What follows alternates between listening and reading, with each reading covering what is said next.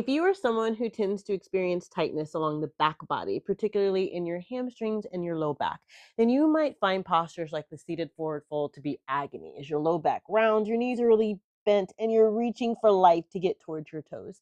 But it doesn't have to be this way. You can still find comfort and ease in the pose by using a block. So get a block or a book or just something thick and then sit on it. Place it up under your hips and then send your legs out in front of you. And you can see instantly I have more space to work with as my leg is off at an angle. And then flex your toes. So pull your toes towards your shins and draw your belly in to support your low spine. So no droopy, lazy spine. Sit up nice and straight. Stack your shoulders over your hips. And then from here, start to hinge forward, drawing your belly towards your thigh.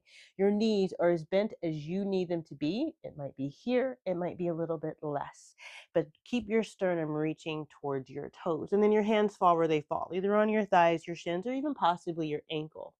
But then once you arrive here, use the breath. Inhale, notice retention comes up.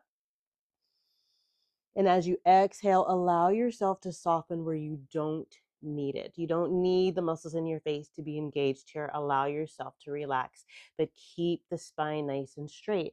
And stay here for about 5 to 8 breaths. If you do this consistently over time, you'll start to find maybe that the legs get a little bit straighter. You might find that you don't need such a big block up under your hips, and you can shift down to a folded blanket.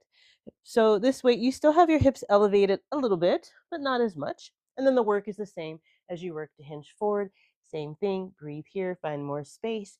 Maybe eventually one day you don't need anything up under your hips and you're able to arrive comfortably and with ease into a deep seated forward fold.